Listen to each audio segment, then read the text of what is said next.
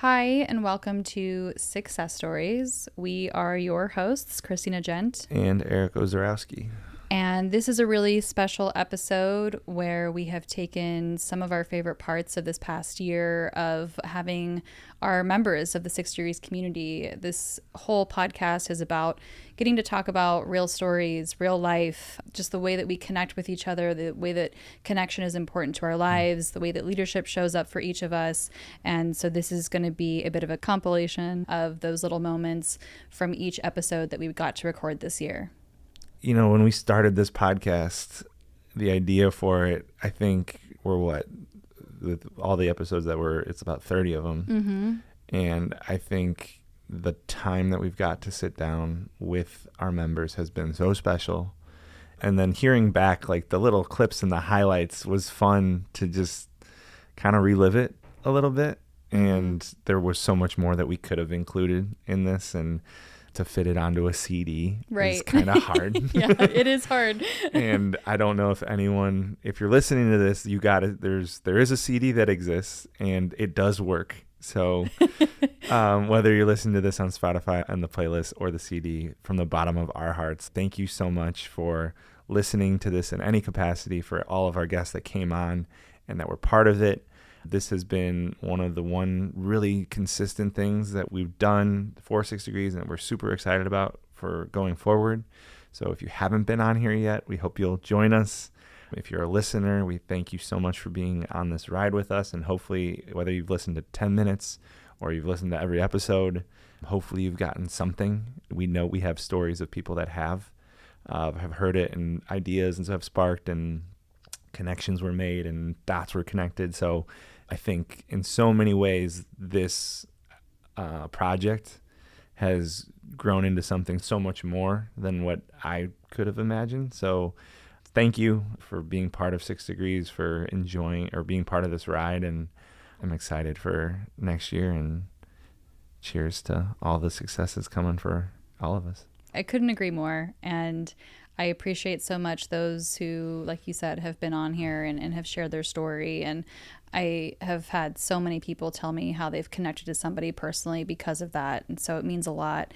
And yes, thank you to all the listeners. And we're just excited for this to be a little piece of a takeaway from the biggest and best event that we host each year. So thank you, all of you, for also attending this amazing event and taking this away, and hopefully getting to have this little piece as kind of like a token to remember this evening. So please enjoy this episode of Sixcess Stories.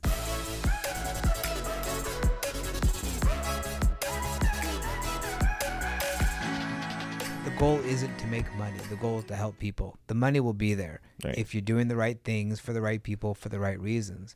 I love what I do every day. I feel I'm good at it. I have a team that is focused on doing a great job for people and being those people that our clients need. And yeah, the business will be there because of it. The focus is on helping the people. And in your case, same thing. You're focused on helping people, connecting people, bringing them together. And the success of 6 Degrees will be because of that. Your focus isn't how do we make 6 Degrees successful? It's how do we make the members of 6 Degrees successful? And then 6 Degrees will be. Right. 100%. To me, it's the Ziegler quote. You can have everything you want in life as long as you help enough people get what they want. I hear other agents who maybe work with seniors like, yeah, I had to be there for 2 hours to do X, Y, Z. You mean you got to be there for 2 hours? Right. You know? Right. What did you learn about them? I'm going to go see a client tomorrow whose grandfather was a bat boy for the Dodgers. The Brooklyn Dodgers. Oh, wow. You know, not the LA Dodgers. I had a client whose grandfather worked for Abraham Lincoln. And I got to hear some stories. I mean, it's amazing. It's like I get to do this. Yeah. I happen to sell houses.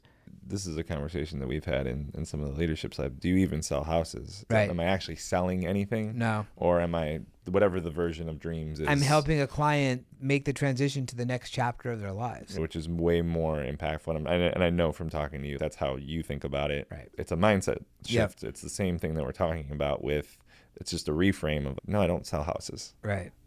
That's the result of what happens of me doing this thing. Right. The definition of a leader is I'm going to take accountability, I'm going to take ownership, and understand that all of this is happening because the person of authority is I've created this culture by the way that I'm leading. Yeah. Whether I realize it or not. Culture is built, there's 3 synergies that we like to talk about. And oftentimes what happens is people who want a good culture actually have 2 of them are fighting each other. So one is individual behavior. How are people treating each other every single day? How are they collaborating? One is leadership behavior. So what are the resources? How are they communicating? How are they strategizing around the environment? Essentially, how are they leading? And then it's organizational systems, so processes, systems, values. And oftentimes what we see is the organizational systems are clashing with what leadership is communicating and how employees are treating each other. So those things, that's where the disconnect often happens. Yeah. So people are trying to build the core values or live them, but Well, a lot of times it just ends up being writing on a wall. It's the same thing as a leader saying, well, yeah, this is really important to us in culture. We really value it here. And then, or these are our values. And if I ask anyone on the team, like, which of your values are really important to you? What are the values? most people don't know that. Most people don't know. My newest account is with a government services contractor. They're focused on food services, so basically meals, etc. He has one contract, which is to feed the homeless, the county to feed the homeless. And when I went to his kitchen, was up in National City, met the kitchen manager and everything else. And she is such a beautiful soul. I was there thinking business, okay, how many meals and the cost of this, that. And her focus was, no, we need to put the kindness and the humanity into our meals because we're helping people that don't have food. They don't have an easy place to get a meal. It was all about that whole service. I mean, it was very emotional for me because business sometimes gets too focused on the numbers and everything else. We forget it's about the humanity of it too. That was inspirational. I was like, oh man, I want this guy to succeed. I want him to grow the business because if he can take that and feed more and more people with that level of dedication into serving and being human about it, what a great story. That moment there, I'm so appreciative to have the opportunity to serve him, to help him with some of my experience. Now it's a constant battle for me to justify myself because I want to give value. The business transactions are about serving other people. There's nothing wrong with making money off of it, but it's about serving other people, your fellow neighbors, your fellow human citizens, whatever you want to call it. And there's businesses and there's people that are super successful. Like by the outside, again, I don't know the happiness level, but we can do ones and zeros and we can make a ton of money and scale the thing and sell it and flip it. And that's a way to do it too. And there's an opportunity for us in this business. It sounds like for you, I want to really help the people that I really want to help. Yeah, right? exactly. Welcome to communication. If I ask, was this, wow, all I'm going to get is a yes or no, and then it demands more. Building community, adding value to the community, creating wow experiences with that intention, whether we're there or we're in an office meeting or a manufacturing plant, wherever the heck we are, what is it I really want to know? In yes or no gives me something, but I want to know in what way, so that we can maintain the what way, right? The action, oh my God, I was challenged. I had to think. I had to take my discomfort and step into actually acknowledge, hey, where's my energy and what was challenging? This isn't eloquence, it's just slowing down and asking what the real question is. Hey, in what way was this compelling? In what way was it a wow experience? From a Gestalt place, we talk about ratcheting experiments. What's an experiment we could play with? And do we ratchet the comfort and discomfort or challenge and unchallenging up? Do we ratchet the experience up? Do we ratchet it back to allow each person in the room to expand their experience in a way that is safe? Welcome to moving jargon of, oh God, do I feel safe? To we have equity in the room, we have inclusion in the room, we have diverse ideas in the room. Mm-hmm. Isn't that the goal of 6 Degrees? I think that's the thing that they say about romantic relationships. I guess all relationships, but they say is it's not learning forever, it's learning how to fight. You can be best friends, base level, but then from there, how you actually stay together is learning how to fight well. So I'm curious, because you mentioned just the deep, honest, real connection, and so much of that to me is discourse, right? And so how does that show up for you with your friends, with the relationships that you have? I think I experienced the extremes on both sides. So I grew up in a family who didn't really talk that much about feelings or emotions. And then I dated somebody for 4 years that we literally never fought. After I got out of the relationship, I remember being like, I want you to push me to grow. I don't want you to just be what you think I want you to be.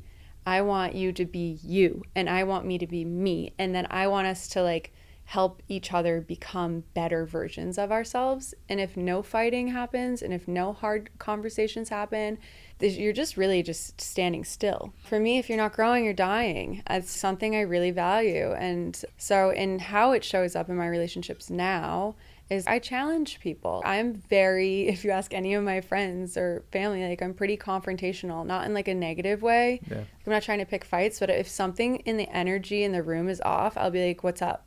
I am attracted to people who challenge me naturally, but also if you're in my circle and something is off, then I'll challenge that situation, I guess. The real estate transaction, as much of it is a business transaction and a contractual one that's so important and so significant, it's top 2, top 3 most emotional experiences that a human being will have in their lifetime. And so I can coach them on all of the business side of things, but I can't coach the emotional experience that they're going to have. And as I've presented at 6 Degrees was obviously most people are having a life experience in conjunction with a transaction. So I call them the Ds, right? The life Ds, where it's death, divorce, diplomas, diapers, diamonds, disability. So something is happening in their personal life to make them want to, or forcing them to have some sort of real estate transaction. They either need to buy or to sell based on something that's happening. Mm-hmm. So we need to be able to be a sounding board, be professional on the business side, but then be empathetic to that life event and the stress of the whole process, because they're having to do a lot of things all at once that are emotional for the better and for the worse, because they're really excited, really frustrated, really sad, overwhelmed in all of these other areas. We're having people in a life experience, and it's so important for us to bridge the business side of things, be really professional, be so well equipped to answer questions, to navigate a contract that's complicated, to protect them as the buyer or the seller, and then also be really relatable and connect with them on the human level. I'll never forget this, and I'll share a couple stories for you. So I sold my very first client, small account with a broker in Cincinnati, and he looks at me and he goes, "Ed, you're really going to be successful." And he goes, "But let me share something with you." I said, "Okay." And this was like, again, probably a 10-employee group accounting firm or something. I may have made $50. Yeah. And he goes, "Never, ever put a prospect in front of a client." He goes, "I don't care how big the prospect is, never ever put it in front of a customer." And I said, "Warren, why?" He says, "Because they've already said yes." So this is where, 22 years old, I learned the importance of understanding your client. I share this with a lot of folks. My passion as a leader, and I got compensated immensely for the acquisition of business. Very little for the retention of business. But I took great pride. My office had 95% plus persistency or retention in an industry that was probably closer to 80% is kind of the industry norm. Average, yeah. Because I personally invested and made that culturally part of that thing. When I moved here, I thought I was pretty cultured and pretty worldly. And my learning curve was more of a right angle. It was as straight up.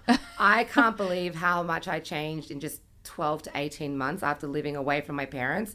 And I then realized I was very sheltered. I'd been exposed to the world. I traveled with my dad to Italy to see family, and that I'd been on a student exchange to Japan, but they were both very controlled environments that I was in.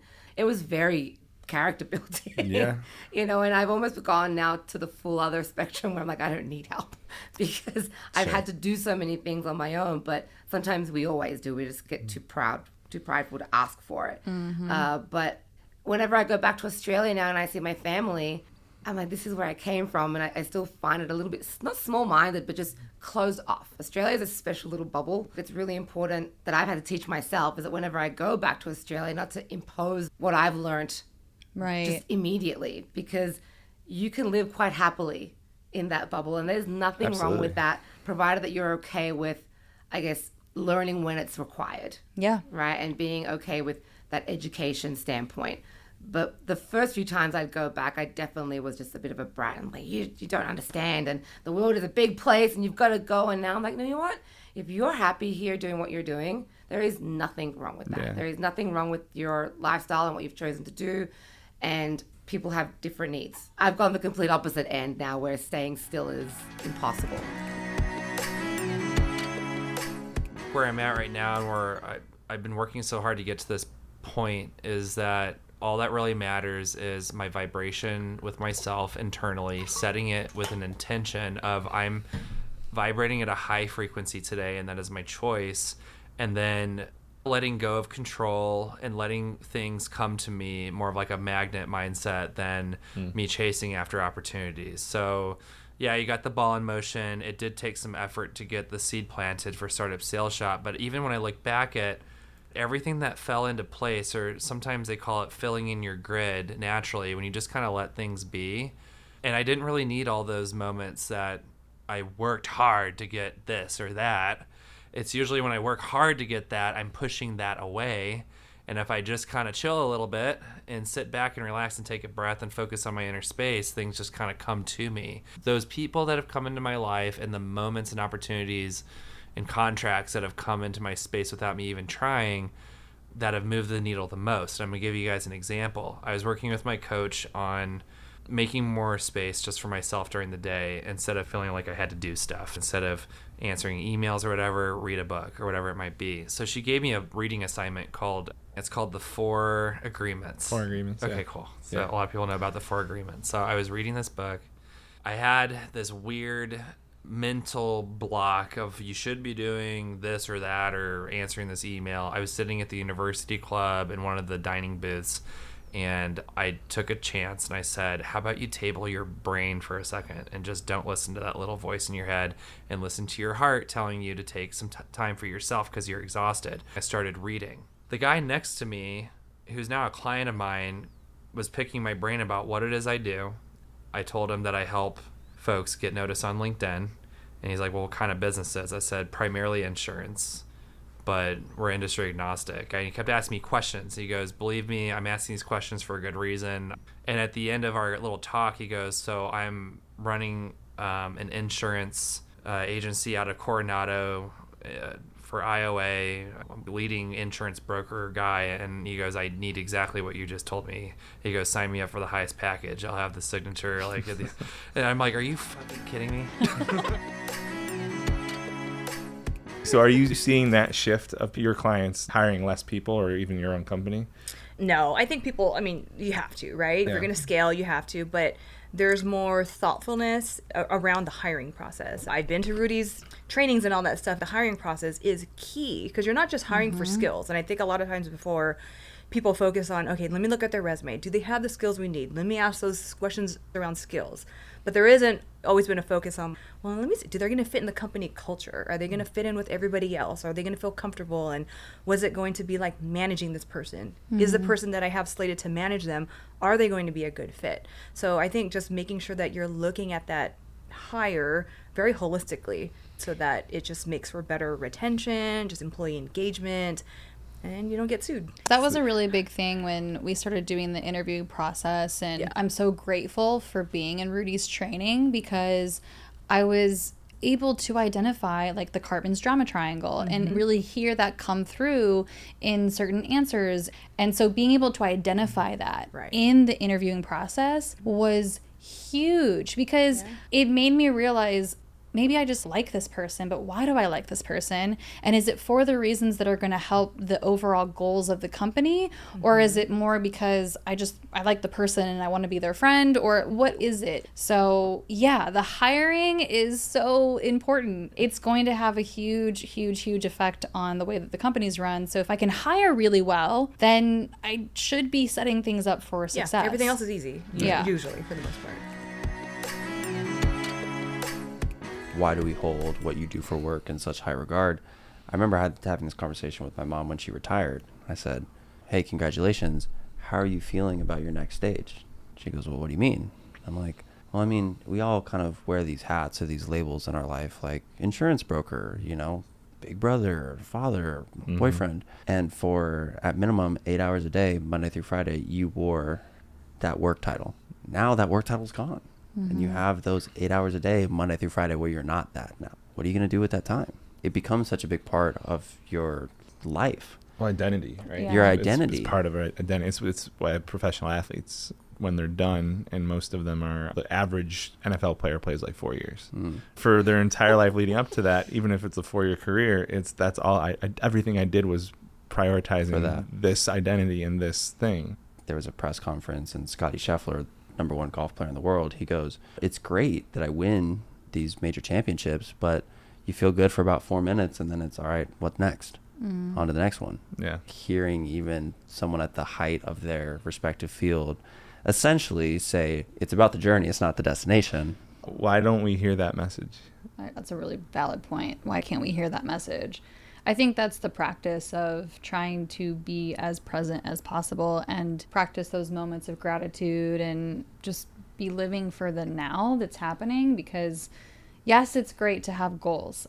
That's what's going to drive us for whatever we're trying to aim for or whatever. But I think so much of us get caught up in those goals rather than what happened today, what's happening right now, can I be here now? So much of the instant gratification that we've embedded into our culture and like what's next, I have this thing in my pocket that's showing me what the rest of the world is doing, instead of looking around me and with the people I'm with now. And even if I'm not with people, what can I be grateful for in this moment?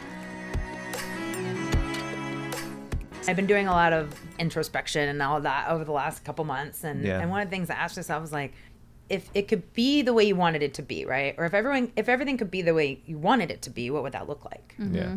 And that would look like me just networking all the time, meeting great referral partners, and then them sending me clients. Like, that's what it would look like. Right. It doesn't look like me banging on 50 doors to get one client because I caught them on a good day, and maybe if they get pissed off 6 months from now, they go to the other person that walked in their door, right? Exactly. But it's like, why does success have to look like this? There's lots of different ways to do things, and that's something over the last couple of years I've had to find for myself, because when I originally stepped into my organization, you know, I stepped in with 2 very successful males. And so I think I kind of felt like, okay, I want to emulate what they did for their success. Sure. But then as that's unfolded and as I've come into my own and understood more, I'm realizing like, well, no, everyone builds things differently. And that doesn't mean I can't take pieces of what they did to be successful, but I don't have to do the same things they did, right? Like I don't have to join ACG because that's what Sean did and that's where he had success. Like maybe that's not my jam. Maybe I'm better off at 6 Degrees or somewhere else or a women's networking group because I jive with that. I don't necessarily have to be a golfer, you know. I'm still learning golf and I still enjoy it. Yeah. And I still continue to do it. I'm going to still invite you. Yeah, I'm still coming. I'm still learning. I still love golf. But it's like that doesn't have to be my thing. Yeah. You know, I mean, it's not my thing. I've already declared I will not do it. Yeah, and that's totally fine. But But it's just this idea of, okay, I can make success what I want it to look like for me and not necessarily feel like I have to do the things that other people have done. My dad, growing up, was a school teacher. He taught automotive in Lawrence, Massachusetts.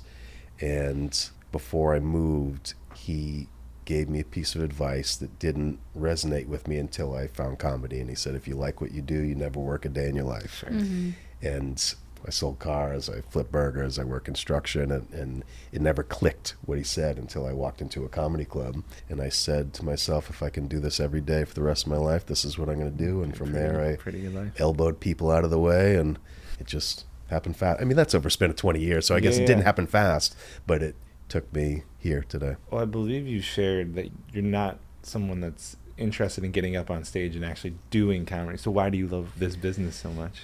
There's something about laughing, and there's something about whether you're in the business or whether you're a guest, there's something that is so poetic. I mean, you can walk in having the worst day of your life or going through something that's traumatic or just having a regular day, but you come into a comedy club and it kind of, everything else that's going on doesn't matter. You're able to laugh about some of the craziest shit you've ever heard in your life, and you're able to just forget. And there's something that's really special about that to me, and to be able to be on this side and build relationships with the comics and to get to know them as people, it's really special. So I just recognized right away, I think my first show when I was at the Tempe Improv was Bob Saget, and he sold out 6 shows, and fast forward 15 years, I'm friends and having drinks with Bob Saget. It's just the craziest thing in the world to think about. But to be surrounded by the best minds in comedy, I can't describe it. It's really incredible.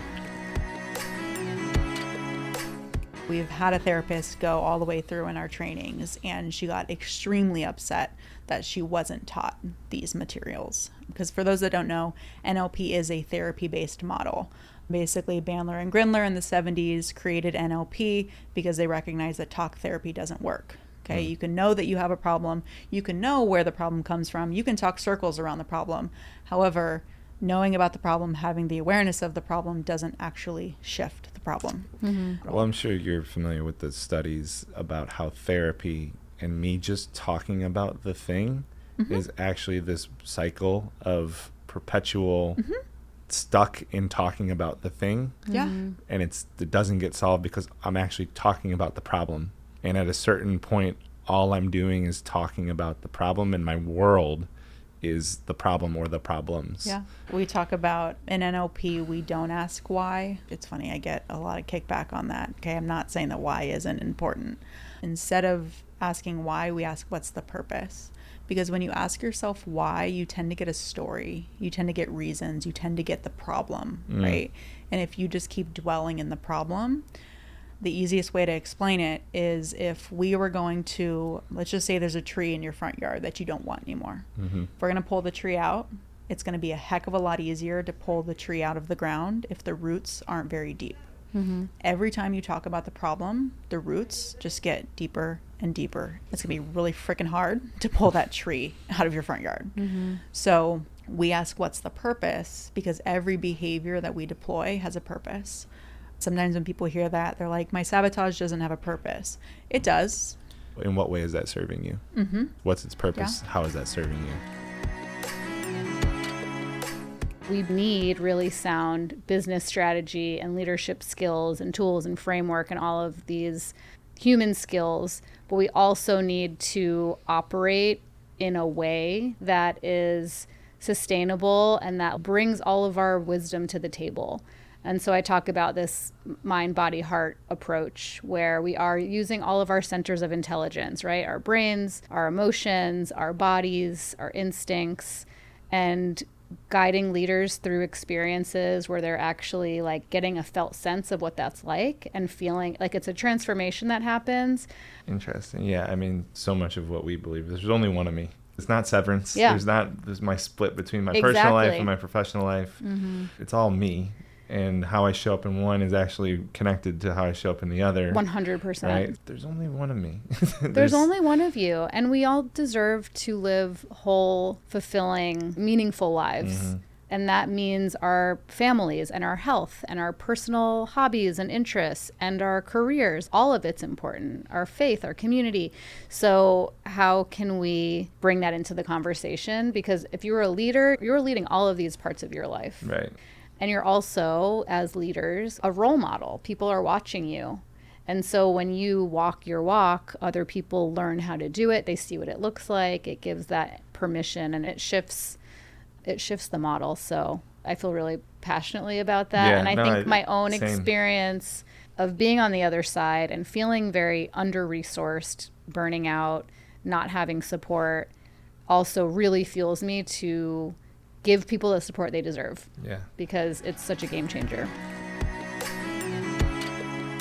Especially in the evenings after I've had a super long day, like attention deficit, I'm done. And I talk for a living. There's a certain point where like I struggle to be present. Yeah. I do work at it. And I will say to anybody who struggles with this, you can improve. Like I have built systems and ways of resetting myself so that I can be present for the people that deserve it. But it's not easy.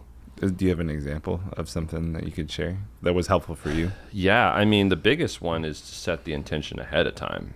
If I'm having a hard day with focus, honestly, the Pomodoro method works super well for me. Take a dedicated 5-minute break, set a timer, and you go on social media, or you watch 5 minutes of The Sopranos, which is what I've been doing lately. And then I set a new timer, a 25-minute timer, where I have to be fully present, engaged in what I'm doing for 25 minutes. And that gives my brain this, like, you don't have to do this forever. You have to do this for the next 25 minutes. Let you off the hook and then a little bit. If you need it, you can have another 5-minute break.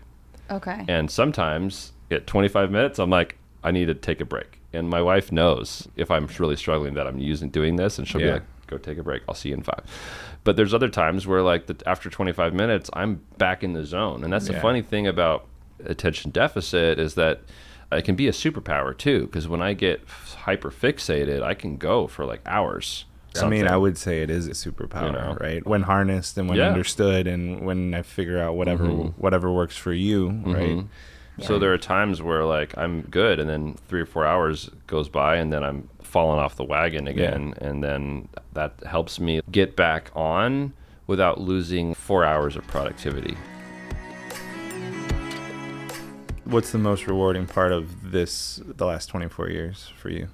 I think it is the relationships and feeling like I'm making a difference. You know, I can point at times and really think about them when I've made a big difference for people. Do you have an example?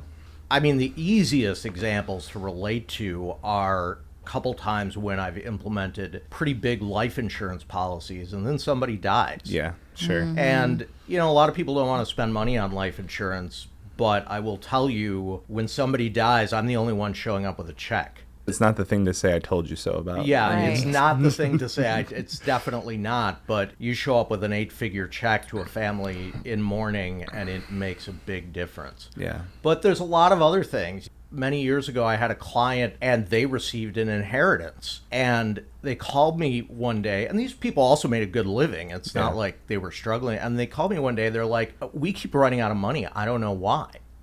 Yeah. And they couldn't figure it out. Doing a dive, I basically figured this inheritance was wonderful for them. But like most people, they didn't really consider the fact that when you have investments, you have to pay taxes on the earnings on their investments. So they get a tax bill at the end of the year that was enormous and really drained their cash flow. But it kind of goes unnoticed, right? Because instead of a tax refund, you're just having withholding and you don't get that tax refund, or however it worked out. They couldn't connect the dots, and being able to tell them, this doesn't work. You have to pay the tax out of the portfolio so that you are not sacrificing your life in order to maintain this inheritance that you got. That wasn't why they gave you money. Right. Was for you guys to cut back your life and have struggle. Yeah. I'm a business owner and I live in a trailer, right? Yeah, I mean, I had family members that would, judge me. I had friends that would judge me, and because I was always kind of like the butt of the joke. But one thing that didn't change was like I always had a very strong belief in myself. That's not something I always had. That was something that was given to me from prior mentors. And I try to do that now with people. And I think as any leader, you'll see people and you'll see greatness in people, but they don't see it in themselves. And so it's like, how can I get them to believe in themselves? And I feel like I do that all the time, whether it's with my friends, whether it's with, family members or anybody. But I think everyone has that potential, and they usually just can't see it in themselves because everyone has self-doubt. They have negative talk. To think that I don't still have that would be a lie. Like, we all still go through our highs and lows. But I think I'm at a point now where I could lose everything that I've built and I'd be able to build it back up. What does that feel like? It feels amazing. I feel blessed, right? And it's this mindset, you want to like scream it from the mountaintops, and you want to shift it in people, but it doesn't work like that, right? You have to, it's little baby steps. Okay, give them something that they can fail at for a while, but then they'll succeed. And then once they have that first success, you celebrate that success. That might be 1% of the way that they need to get to unlock that full potential. It's all a journey. In practice, you iterate, but you need the test audience to do things. Right. Like the safe space, right? Yeah, there's a sounding board part, Yeah. and then there's a learning feedback loop that needs to happen. Yeah. Otherwise, I just do the same thing forever, and I get frustrated. Totally. It's vulnerable to be open to feedback. I've noticed that. I was at a women's conference a bunch of years ago. There were 1,000 women, and in that conference, there was the inner critic lesson, and I realized I don't think I have the inner critic, and I've practiced for a very, very long time to reframe things. However, they pointed out, well, just take a moment and remember something that someone said to you that was unkind or disparaging or took away from what you thought you were or whatever. And every person just went quiet in the room, right? So yeah, I remember those moments where I don't think they were very constructive moments of feedback, not a feedback in the positive, because feedback can be a negative, right? Yeah, more of a critique. Yeah. And not even sometimes it's not even a critique, it's a judgment. Right, exactly. It's about me. Like, Right. that's not helpful feedback. No, insulting is not helpful. Saying, it'd be better if you, or have you thought about this or whatever. But yeah, I remember those moments, but it wasn't feedback like, maybe you should think about being more concise like this, or maybe you should think about highlighting the objectives. It wasn't that kind of stuff that I've just had to sort of learn along the way. Yeah, or I mean, just feedback in the sense of, I'm really interested in what your choice was. Why did you do that? Right, the curiosity. Being more curious, right? Not even that you need to give it to change it. It's just Right. like, help me understand how you thought of that. Right. We're all coming from different perspectives and different backgrounds, and we can debate on a lot of topics. Recently, I've heard quite a few people, even members of my family, say true intelligence is being able to see sort of both sides. Right? And there's more than two sides, obviously, but just that idea, like, argue both sides. That's going to get you forward. In my whole jiu-jitsu journey, there's been those interesting little moments. I had to go to a business conference out in Orlando, and I found a school that wasn't too far from where I was.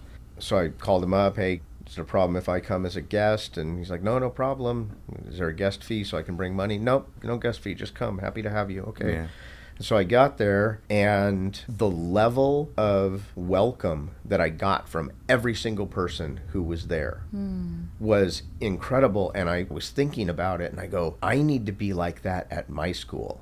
I need to be that guy who goes and makes sure the person who's walking onto the mat for the very first time is comfortable and welcome and feels safe and acknowledged. It's intimidating to start it. I've told 3 white belts in the last 2 months, you've already made the first hardest step and most important, which is putting on the belt.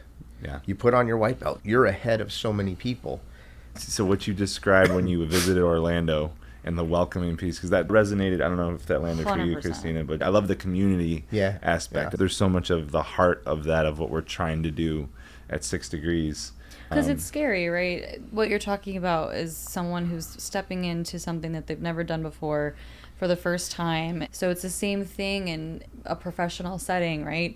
If it's my first time, maybe I just started my business, or for us, we bought a business, and then it's walking into a room full of strangers that I've never met, and I'm supposed to be able to present myself professionally and talk about what I do and all of these things. And so I think early on, it was very much about how can we make that person feel comfortable in this setting of a room that they don't know anybody. I'm also in a position now where I feel really good, but maybe if you asked me a year ago, I probably wouldn't be able to talk about this because of like shame. Being laid off is such a weird feeling because that's what happened with me. I was part of a mass layoff, and there was a lot of shame. And if anyone else has been through that, they probably know what I'm talking about. Where I was at, it wasn't, I was laid off because of who I am, what I was doing professionally, like my actual job duties. I was a part of an acquisition, and my role was eliminated, like point blank, and nothing you can do about it. So it was hard, obviously, in the beginning, but I had to do a lot of self-reflecting. I had to do a lot of, okay, what do I want? What do I need? What makes me happy? So that was a lot of growth that happened in that. And then finding you guys was obviously such a blessing because I got to grow and I got to meet a lot of people in the community and really set roots here in San Diego, too. I felt that I got to learn more about my community ever before than I had when I was working a corporate job remotely. It's just been unique. I think that's also another thing that people who I'm around are in established careers. Right after the degree, they got a job in there, and so then they've been in there ever since. And so that was really intimidating now being in my early 30s and starting a new career. And there's a lot of scariness about that. But at the same time, I don't feel any shame about it anymore. Like I did at first, but now I'm like, you know what? It's okay. It happens to everyone. It happens all the time. Everybody changes careers all the time. There's nothing wrong with it. So yeah, I'm happy that I have the opportunity to do it even. There's a lot of, the job market is so crazy right now. Just as crazy it was in early 2024 when I was looking for work, when all the major tech companies were also laying off. Yeah. And it is still today really tough to find another corporate job. So now being in a career where I'm building my own business, it's a different journey, and I like that. In terms of the entrepreneurial journey in general, you always have to have an out-of-body experience because it's not what you want. You're not the market. First of all, identify who is your market and constantly be thinking about what they want and what other alternatives they have and how you can fill a gap and do it on a business model that's sustainable. And people that are in product marketing and technology development often have a beef against salespeople that say, there's an old saying that, a salesperson never saw a brochure they didn't love, right? And Sure. salespeople always say, if I just had this feature. If we just had that, right, then I could sell it. But that's the innovation process. You never start out with the perfect product. You start out with what you can start out with, and you put it out there, and you get feedback, and you adapt. And so I call it attack and adapt, attack and adapt.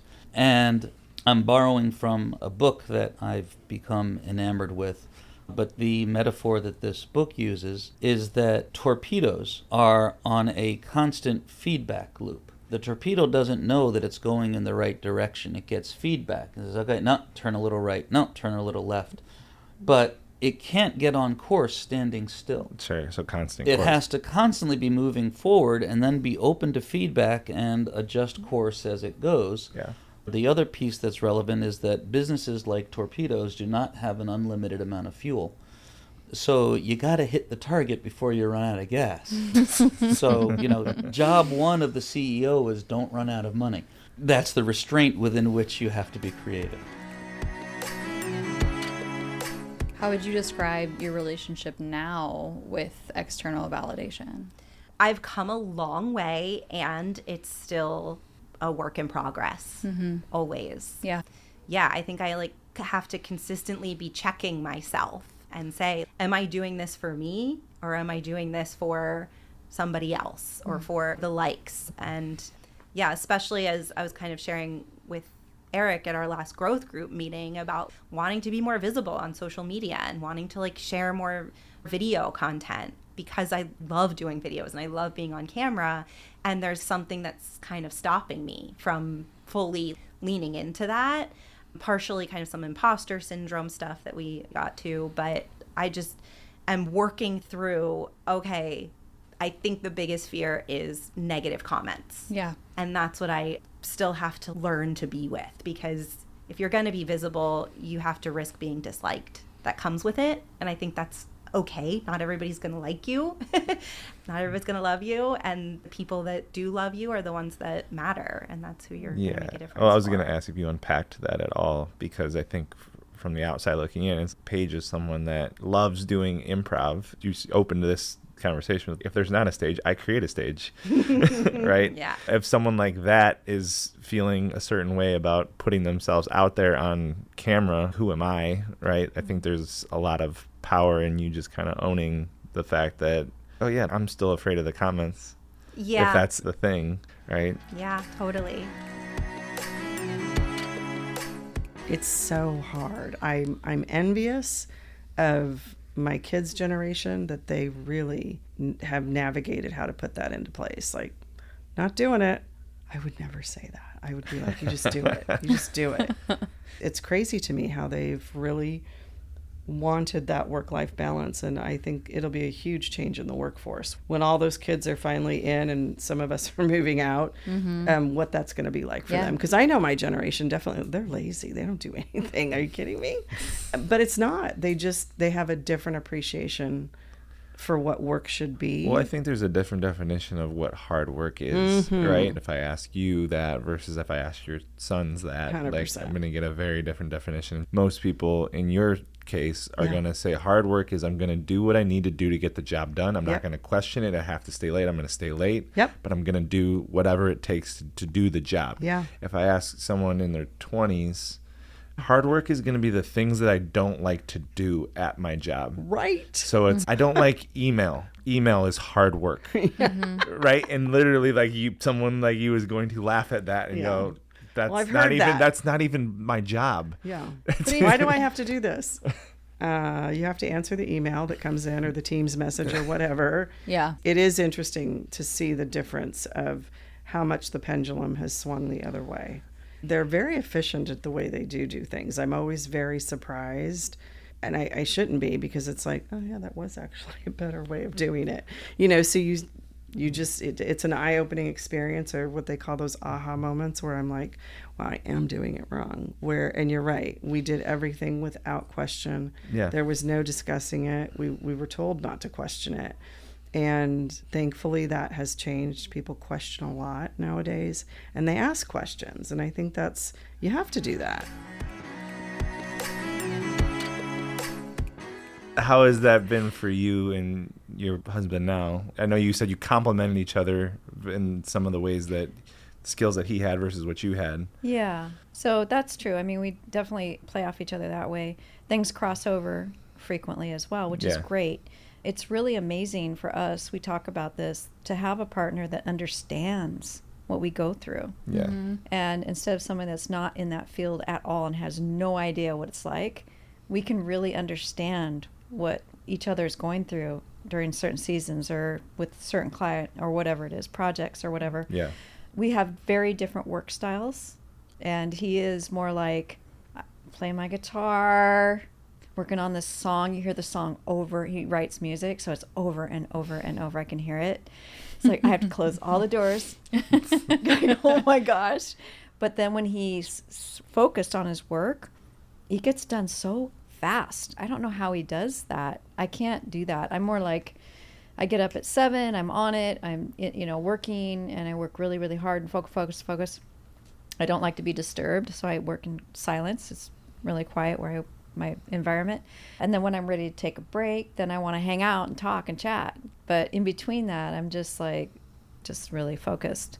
And he can just kind of go in and out of engaging with his other side of the brain, with his music or listening to music or any of that. We both have a lot of music in our background. So music for me is just, I can't separate it from work. If I hear music that I love, forget that. I'm singing the song. I'm playing air guitar. Same. You know what I mean? Music has such a strong effect on me, like a drug almost. So we keep separate from each other, and I understand his work style now better. Because I used to think, what is he doing? We got deadlines. What's he doing there? Playing the guitar. What the heck? Playing the guitar. We didn't finish this. I know. And then I'll come in there and it'll be done. You know what I mean? And so I've learned to back off and give him his space and let him. I think it's a great stress reliever for him to play music. Yeah. So it sounds like it's evolved over time of the way that you guys work together. Yeah, for sure. Yeah, and I think what I've kind of trialed and errored too in the last couple of years is I realized NOC is now, I'm being very specific about the target audience. There is a new class of freshman agents that are coming to the market, and they're fucking killing it. There are these, they? Yeah, there are a few folks who are just doing from an aesthetic standpoint and just from a personal branding perspective, there are some out of the box like creatives that are coming into the space now that are getting leads, getting attention, getting business because of their perspective on the business. And there are some folks here in San Diego that are doing like vlog style content, but that's like turning into $4 million properties that they then become, the listing agent for, because they're constantly putting more content out there. They're showing the day in the life. They're showing the struggles. They're showing the accomplishments. They're showing the stuff that, like, there are a lot of the older agents who are maybe just not sure where to start, are kind of stalling. So our target audience for Knock now has become like, how do I help the seasoned agents who have killed it offline become very successful online, so that you have now a new pipeline of business to do something with. And if you have a team, man, now you can command a split. You can kind of help your team grow. You can give them that like first couple of deals to like really get their teeth cut on this. So I was like, so I'm like, let's start targeting some seasoned agents, folks who might not know the digital space as much. That's been something we've been working on over the last couple of years, is like, how do I be very, very specific with who my avatar is? And it's funny because getting into this, I became my worst client. I was like, I want to just work for everybody. I want to do all this other stuff. I'm like, no, that never works. Like now, yeah. So it's been a learning curve and a humbling experience, like going through this journey myself.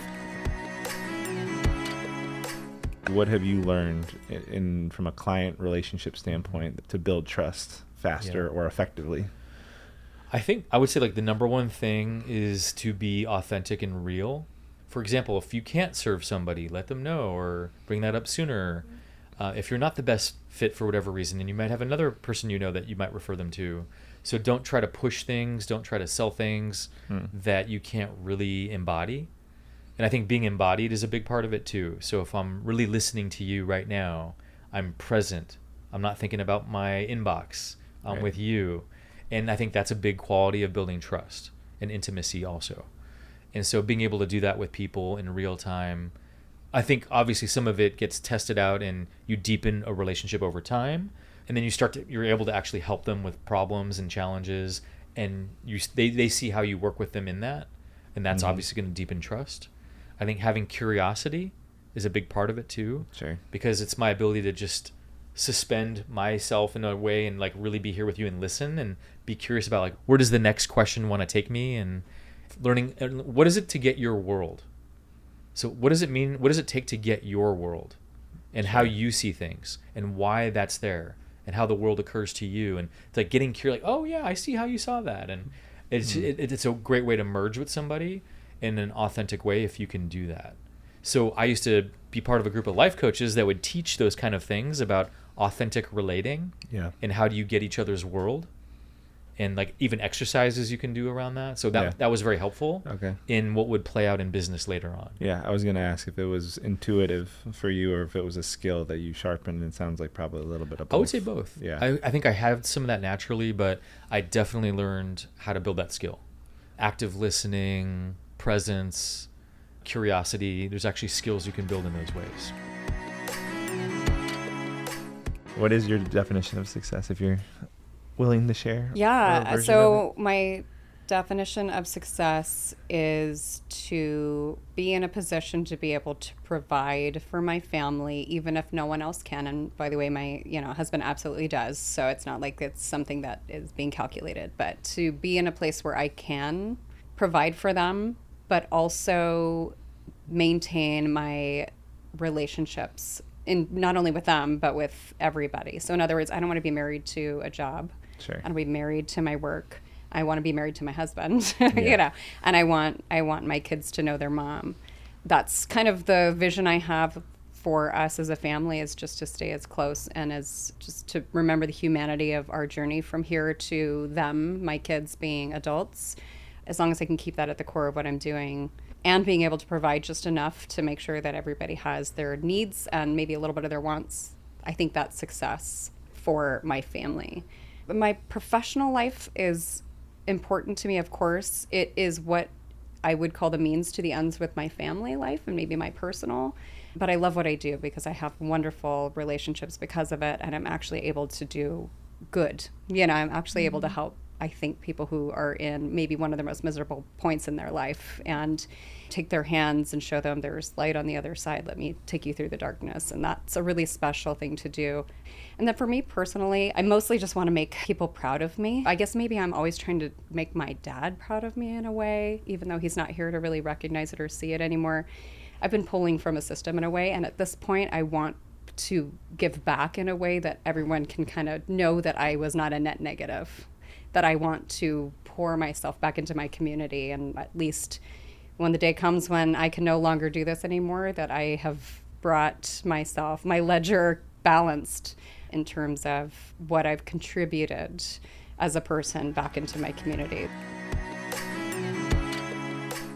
But even like the baseball cards, anytime we do anything like that, it's very, very particular. Okay. I mean, he spent, I don't know how long on those cards, and it's things so like he's that. A creator. Yeah. He's a creator, an innovator, and he wants to, it sounds like, he needs to build the process. It sounds like you're building the process, and then you're going to hand that process over to your employee. But the process isn't finished being built? Yes, that's where we're at. Mm-hmm. Got it. Yeah, okay. 100% everything you said, and I'm just more of in this space and in this season of, I know what needs to happen. Yeah. And I'm in this hamster wheel, and I need to get off the hamster wheel. But you're creating. So don't confuse. Yeah.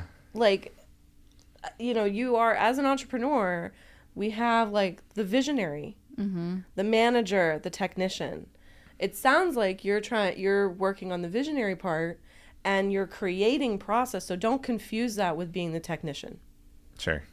That's what it sounds like is happening. I'm pulling myself into the technician Yes, part because we're often. comfortable there. We're both comfortable there. I would love to do an SEO page myself and make it all perfect and whatnot. But I created a process that my team now follows, and I've hired better people than even me. Yeah. So I know. And like, again, so like I'm saying all of this, and I've experienced it, and any other job that I've ever had that wasn't my thing. I've had people, I've helped people, I've set up systems, I've set up structure, and they've done it better than I can. There's a couple of Mark Cuban quotes, because I did used to watch a lot of Shark Tank, and there was just a couple things that really did resonate. I like Mark Cuban. And he said, the enemy of profit is perfection. Yeah. That's the one thing to keep in mind. Yeah. But if it truly is really important, right? I think maybe with that change of mindset of you're inventing the process, you have every right to do that. And that's difficult to delegate when you're making the process. Yeah. But Kristina, she has no problem with delegating the podcast because you have a process for that. I just think back and just think I've had the easiest life ever. Now it's relative and I'm just giving my opinion. Like there's no one that's had an easier life than me. Yeah. And so like, why am I complaining? Why is there such an issue? And like where I've gotten to now, I mean, my earlier life was still great, but this is even better. And it's, you know, it's just like, stop worrying about all these little things. So I do a lot of nonprofit work, and these kids are in just these horrible situations, born with autism, Down syndrome. Like, that could have been me. And I'm not that. And so the line took 5 more minutes to get in. They sat me at the small table. Yeah. Dude, come on. Like, that's what I mean. When is enough enough? Now, there are scenarios where I think if you're treated poorly, you should push back. That's something I need to work on. Sure. I'm not good with confrontation. I'm working on it. Because there definitely are scenarios where if you're disrespected or if someone's truly, but most of the time it's overreaction. Yeah. And if you just try to sit in that neutral zone between the fight or flight, allow the fight or flight to happen when you actually need it. Because that's not like getting fight or flight while I'm sitting at a desk typing buttons, talking to like why am I getting fight or flight while I'm on my computer at work? I love when you said I press buttons for a living. I press buttons and I talk crap. That's like all I do. I talk crap and I press buttons. Why are you having this fight or flight reaction? I've literally gone through the easiest life. I had 2 parents, 1 sister, 1 dog, 3-story house, pool, trampoline, parents pay for my college, and now I live in San Diego. Or say it as like a poker hand. I got like ace king suited. I didn't get aces. I'm not a trust fund kid. You know. Yeah. These kids I'm talking about, these nonprofits, they have 7-2 off, 9-5 off. But what I'm thinking, what I try to push to them is, who cares that you have 9-5 off? The board can come 9-5-5. I have ace king suited. That's a losing hand. Yeah. Like, you Pocket can still aces. make something with yourself. Mm-hmm. Just because there's someone like me that got lucky. That's why I want to give back.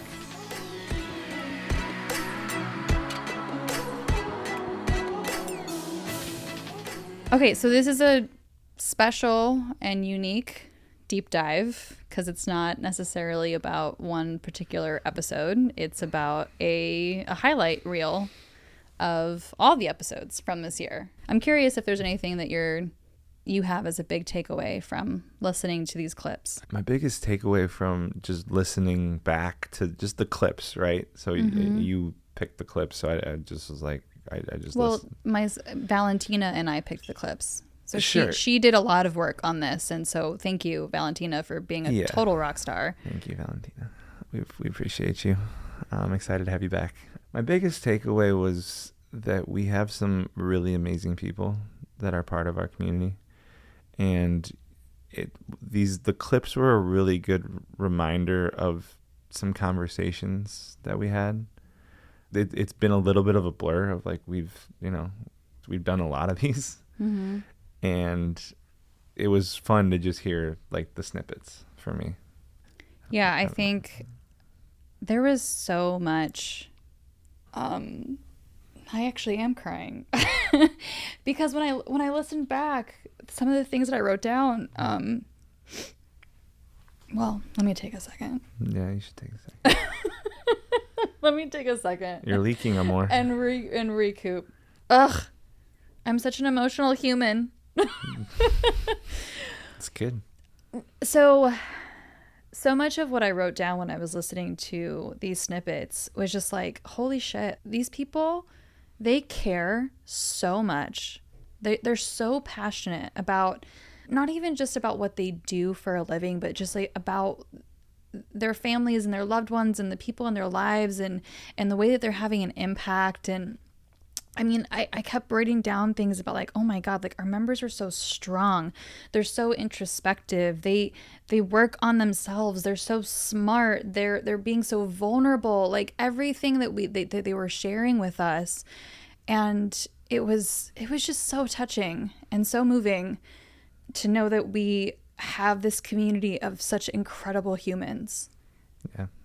And it was so cool to hear so many of our values showing up in these little snippets, right? I was like, ooh, I can identify growing with intention and care. I can identify leveling up. I can identify, right? All of these being like embracing our humanness. Like so many of these little clips, I just kept hearing like, wow, the values of this community and the way that we come together over these shared values, I can feel it. I can hear it.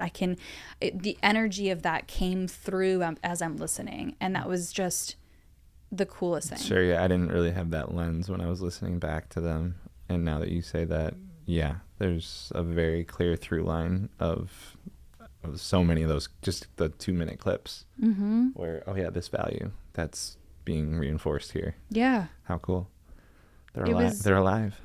Yeah. It was so beautiful to listen back. These little clips are a reminder, right? It was a reminder of going back to each of the conversations that we had, right? So normally when I'm listening back, I listen back into one full episode and I haven't gone back and listened back to like the first few, right? In a while. It's been a while since I've heard them. It was, yeah. Well, so it's interesting because so much of we've had this conversation before, but music being a time machine, right?